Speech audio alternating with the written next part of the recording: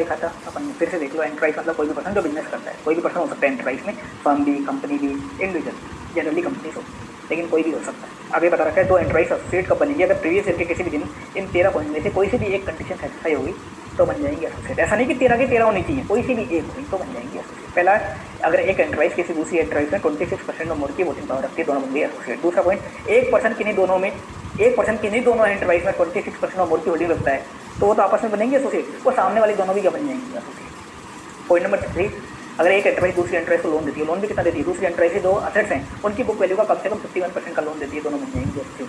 Point number 4, अगर एक enterprise जो दूसरी एंटरप्राइज की टोटल गोइंग है उसका 10% या उससे ज़्यादा की गारंटी दे देती है, दोनों बन जाएंगे एसोसिएट। पॉइंट नंबर 5, एक एंटरप्राइज दूसरी एंटरप्राइज के more than half board of director appoint करती है या तो, या at least one executive director appoint करती है, दोनों बन जाएंगे एसोसिएट। पॉइंट नंबर 6, एक पर्सन की नहीं दोनों एंटरप्राइज के more than half board of director appoint करता है या तो, या at least one executive director appoint करता है, तो आपस में ये तो बनेंगे एसोसिएट, वो सामने वाले दोनों भी क्या बन जाएंगे एसोसिएट। आगे बता रखा है एक एंटरप्राइज की मैन्युफैक्चरिंग होली डिपेंडेंट है दूसरी एंटरप्राइज की इंटेंजिबल एसेट पे, दोनों बन जाएंगे एसोसिएट। आगे बता रखा है एक एंटरप्राइज की जो रॉ मटेरियल रिक्वायरमेंट है 90% दूसरी एंटरप्राइज सप्लाई कर देती है, और प्राइस और टर्म जो सप्लाई करने वाली एंटरप्राइज है वो खुद डिसाइड कर देती है, दोनों बन जाएंगे एसोसिएट। पॉइंट नंबर 9, एक एंटरप्राइज जो गुड सेल करती है दूसरी एंटरप्राइज को सेल कर देती है, और प्राइस और टर्म्स खरीदने वाला बायर डिसाइड कर देता है, खरीदने वाला डिसाइड कर देता है, दोनों बन जाएंगे एसोसिएट।